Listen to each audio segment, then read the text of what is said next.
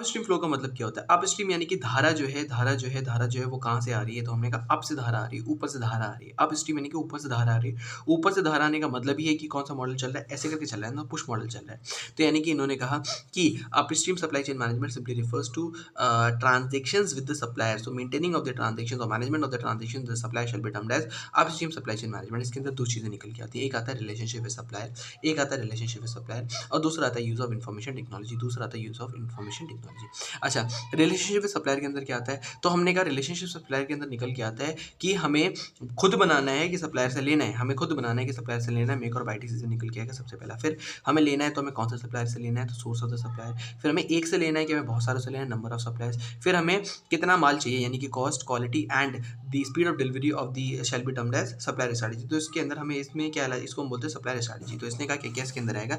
4 चीज़ें आती हैं आपके पास। मेक और बाय, मेक और बाय का मतलब होता है depending on the application of various SCM techniques, decision कि हमें खुद प्रोड्यूस करना है कि बाहर से मंगाना है, हमने ये डिसीजन ले लिया। फिर सोर्स ऑफ सप्लायर का मतलब क्या होता है? Location and availability of sources. Sources का मतलब क्या है कि हमें लाना कहाँ से? अब कैसे? हमने कहा अगर बार्गेनिंग इसमें मेन आता है बार्गेनिंग पावर। बार्गेनिंग पावर जो हमारी है, जो हम बाय करने वाले हैं, हमारी बार्गेनिंग पावर डिपेंड करेगी सामने वाला सप्लायर कितना दाम कितना बेच रहा है। अगर हम सारा का सारा क्वांटिटी खरीदेंगे तो हमारी बार्गेनिंग पावर ज़्यादा होगी, ये सोर्स का हो गया। नंबर ऑफ सप्लायर्स, हम एक ही सप्लायर से खरीदेंगे तो हमारे पास हैवी डिस्काउंट मिलेगा, लेकिन क्या होगा साथ में हो सकता है कि भैया हमारा वो सप्लाई ही ना कर पाए तो हमारा जो है वो रिस्क ऑफ फेल्ड डिलीवरीज भी हाई होगा। ठीक है।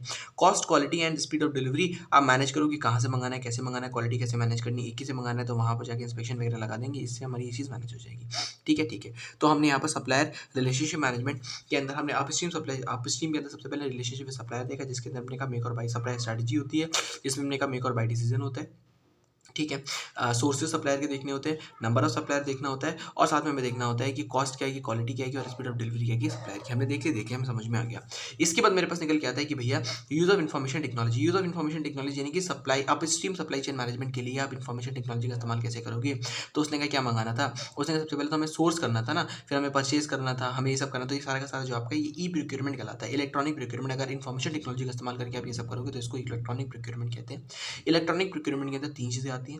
सबसे पहले तो सोर्सिंग करना। ई सोर्सिंग का मतलब क्या होता है? ई सोर्सिंग का मतलब क्या होता है? इसका मतलब होता है आपने टेंडर के लिए इन्विटेशन दिया कि भैया हमने टेंडर निकाला है, हमने इन्विटेशन दिया कि भैया हमारे टेंडर को फुलफिल करो, बताओ आपका कोटेशन क्या-क्या है। इसको हम क्या बोलते हैं? इसको हम बोलते हैं ई सोर्सिंग।